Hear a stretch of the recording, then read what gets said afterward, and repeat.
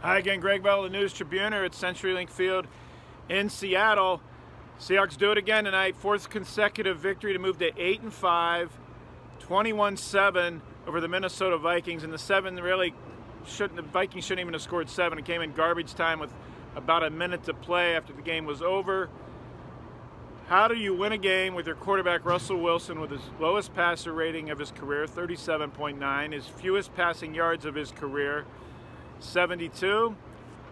You install a new defense, a new scheme that nobody in the NFL had seen the Seahawks play this year. 7 defensive backs on third down, 3 down linemen rushing, middle linebacker Bobby Wagner, the only linebacker on the field, the underneath zone cover and guy in the flat to take running backs. They brought Akeem King, a seldom used cornerback, as the 7th DB. Delano Hill is the strong safety, second-year man, as the 6th. They've done a lot of dime this year, but never 7 defensive backs. And, of course, Justin Coleman, the normal nickel back. What was the effect on Minnesota? Kirk Cousins held the ball a lot longer than he has most of this season. Minnesota came in very good at getting the ball out quickly, and Kirk Cousins' completion percentage at 71.5%, a very efficient, quick-strike passing offense. The 7 defensive backs appeared to confuse Cousins. He held onto the ball a long time. It's why Jacob Martin, the rookie defensive end for the Seahawks, chased down Cousins from behind, forced the fumble. Justin Coleman picked up and returned for the clinching touchdown that made it 21-0 late in the fourth quarter. Frank Clark got a sack because Cousins held onto the ball longer. Cousins had trouble finding open receivers. That was often 4 or 5 against 7 in the secondary. It's the first time Ken Norton Jr. and Pete Carroll have unleashed that, and Minnesota did not prepare or study that and didn't see it on film. Carroll didn't want to talk much about that after the game when I asked him about it, because I'm sure he doesn't want to elaborate on something that other foes might not be aware of. But how can any team in the NFL, they play the rest of this season and into the playoffs now, not see that on film of what they did tonight? And yet another look by a Seahawks coordinator late in the season. It had the effect, as I said, of confusing Cousins, of not throwing quickly, of taxing an already shaky Minnesota offensive line, and I thought that was the most decisive change and factor in tonight's game. They didn't use it a lot. Michael Kendrick still played a majority of the time in his return from suspension for insider trading, while KJ Wright was out yet again. So they mostly ran dime nickel, but they ran an occasional 7 defensive backs on third down, completely different. Bobby Wagner talked about how he thought that was a confusing factor for Cousins and a real key in the game. Offensively, 42 rushes, 215 yards. You do that against anyone, any player, rain, shine, home and away, you're going to probably win the game, or at least control field position and have a chance to win. That's what happened again tonight. The second time this year the Seahawks have run it 42 times. The other time was in Detroit, October 28th, and Wilson had a hugely efficient day, 3 touchdown passes, 248 yards. Today, 10 for 20. I mentioned the 72 yards. His interception here at this end zone at the end of the first half was maybe the worst throw I've seen him make in 3 or 4 years. Even worse than the Super Bowl interception at the 1-yard line, which was just a great play by New England's Malcolm Butler, the infamous play. This was an absolutely atrocious throw. 16 seconds left at the end of the first half and no timeouts remaining. Pete Carroll said he regretted not reminding Wilson, if you don't have anything, get rid of it quickly so they could have 2 more shots at the end zone. You shouldn't have to remind a 7-year quarterback to do that, not one who's already started 2 Super Bowls for you.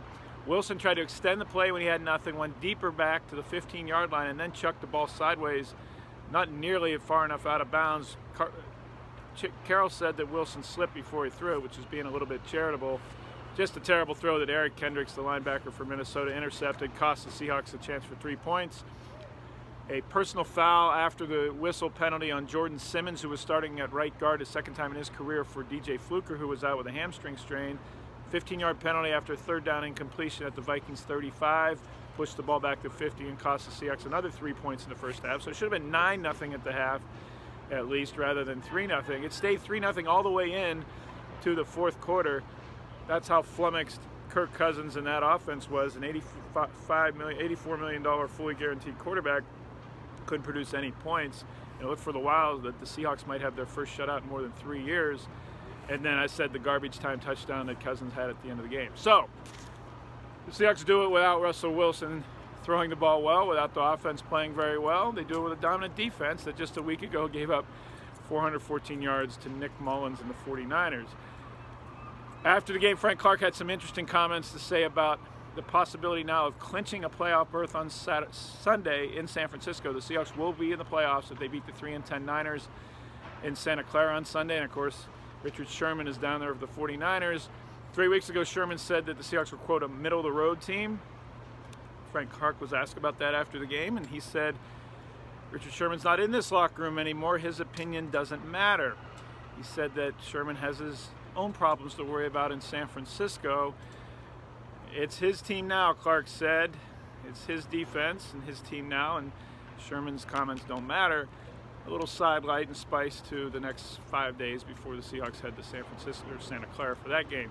So here's your 0-2 team that looked wayward and was throwing 73% of the time the first 2 weeks at Denver, at Chicago, winning 8 of their last 11. They are 8-5. They're firmly in control of the 5th seed, the first wild card, which would be a first-round game January 5th or 6th at the worst record NFC division winner, which right now would be Dallas, the NFC East. One more NFC win. If they don't get it done at San Francisco, it'd be embarrassing if they didn't at this stage of the way they're playing. They still have a chance against an NFC foe December 30th at home, the regular season finale against the also 3-10 Cardinals. The other game is December 23rd against the Chiefs, which more and more is irrelevant. And Seahawks keep winning. They can be no more than a 5, or they'll be a 6, the second wild card. The only way the Seahawks don't make the playoffs if they lose to both the 49ers on Sunday and the 3-10 Cardinals on December 30th at home. As always, thanks for watching. My coverage is live online at thenewstribune.com. Follow me on Twitter at GBellSeattle. Thanks a lot.